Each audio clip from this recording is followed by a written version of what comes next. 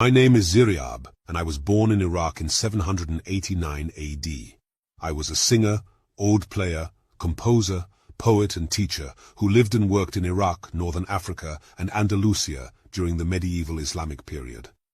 I was a gifted pupil of Ishaq al-Marsili, and I had to leave Baghdad when my skills as a musician surpassed those of my teacher.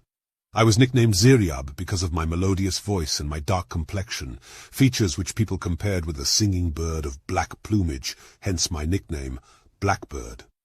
I was a true pioneer, and my legacy lives on. In addition to my contributions to music, I was also a culinary innovator. I introduced the three-course meal, which became a standard in Europe. I also introduced new fruits and vegetables such as asparagus and apricots, and I developed new ways of cooking and presenting food. I was a gastronome, and I introduced new table manners, such as the use of crystal and silverware. I revolutionized medieval lifestyle, fashion, hairstyles, furniture,